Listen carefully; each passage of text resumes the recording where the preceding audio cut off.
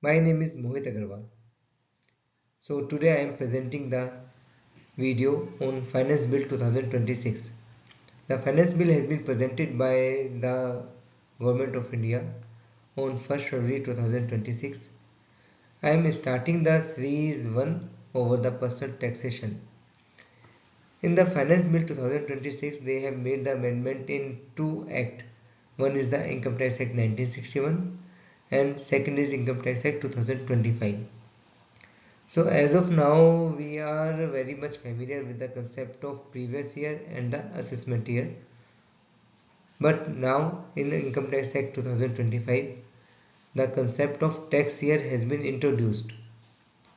So first we will see the rate, the income tax rate over the old taxism and the new taxism. So now we are talking about the assessment year 26-27 and the tax year same as 26-27. So what does it mean? It means that if I am referring to assessment year 26-27, I am referring the Income Tax Act 1961, and if I am referring the tax year 26-27, I am referring the Income Tax Act 2025. So we are covering 2 years. If I will talk about the financial year, then the financial year is 2025-26 and the financial year 2026-27. Now I am moving out to the income tax slabs. So as you all are aware that up to rupees 2.5 lakh there is a nil tax rate, that is a minimum exemption limit. From 2.5 lakh to 5 lakh it is 5%. From 5 lakh to 10 lakh it is 20%, and above than 10 lakh it is a 30%. So this is applicable on the individuals, HUF, AOP, BOI, artificial judicial person. Under the individual there are two categories. One is a resident and non-resident. So all the non-resident individual this limit is applicable, and if it is related to resident, then it is for the age below 60 years. Then the tax rebate of whole tax 12,500 is applicable. It means if any person is earning the income less than 5 lakh, then they don't need to pay the tax. Still there is a taxation of 5% from 2.5 lakh to 5 lakh, but they don't need to pay the tax because the tax rebate of 12,500 is applicable for them. But if he is earning more than 5 lakh, then the slab rate of taxation of 5%, 20% will be applicable. Again, the concept of marginal relief will be followed. In that concept, the tax cannot be exceed their income. It means if any person is earning 5 lakh 10 rupees, then the additional 10 rupees cannot be more than the tax cannot be more than the additional 10 rupees. Okay. So I hope that is clear to everyone related to the concept of assessment year and tax year and the old tax regime concept.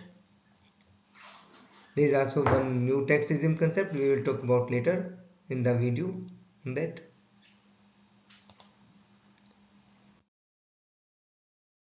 Now I am moving out to the senior citizen tax rate. Senior citizen is the person who is individual and resident and having age more than 60 years but less than 80 years. So there the tax slab is slightly changed. If we talk about the India normal person, I will say non-senior citizen, then in that case the exemption limit is 2.5 lakh. But in this case the exemption limit is 3 lakh rupees. So then the after 3 lakh to 5 lakh it is 5%, and 5 lakh to 10 lakh 20%, and then the 10 lakh is 30%. So the tax rebate is same up to the 5 lakh rupees. There is no taxation. If any person is earning up to 5 lakh, then the tax rebate of 10,000 is amount here because the exemption limit is changed. And there is no change proposed in the old tax regime by the in this finance bill 2026. Now I am moving out to the next slide. The next slide is related to age more than 80 years, that is a super senior citizen case. Under this, the exemption limit of 5 lakh is there. So there is a minimum, there is no any rebate is allowed, because the every person who is earning the income more than 5 up to the 5 lakh, the tax slab is nil. From 5 lakh to 10 lakh it is 20%, and above 10 lakh is 30%. So there is no change again proposed in the old tax system by the Finance Bill 2026. Now I am moving out to next slide.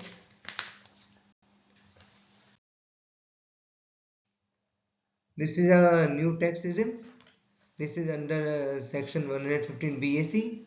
I have written only the section of Income Tax Act 1961. I have not mentioned the Income Tax Act 2025 section, because it is very much familiar with everyone. So all the taxes are applicable for assessment year 26-27 and the tax year 26-27. So the income slabs is, you can see that up to 4 lakh it is nil, 4 lakh to 8 lakh 5%, 8 lakh to 12 lakh 10%. So there is a category of 4 lakh differentiation, and the 5% rate is differentiated.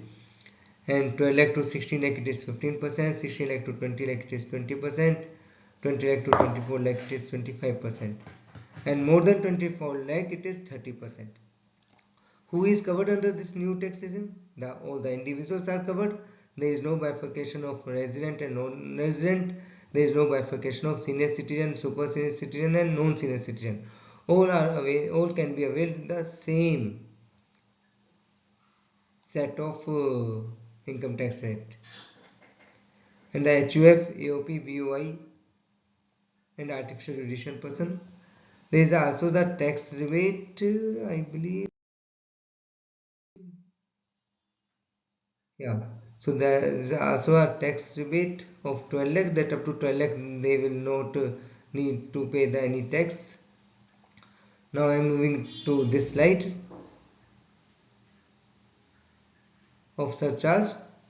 If you see up to 50 lakh there is no surcharge. 50 lakh to 1 crore the surcharge is 10%, 1 crore to 2 crore surcharge is 15%, 2 crore to 5 crore surcharge is 25%, and above 5 crore it is 37% of the tax amount.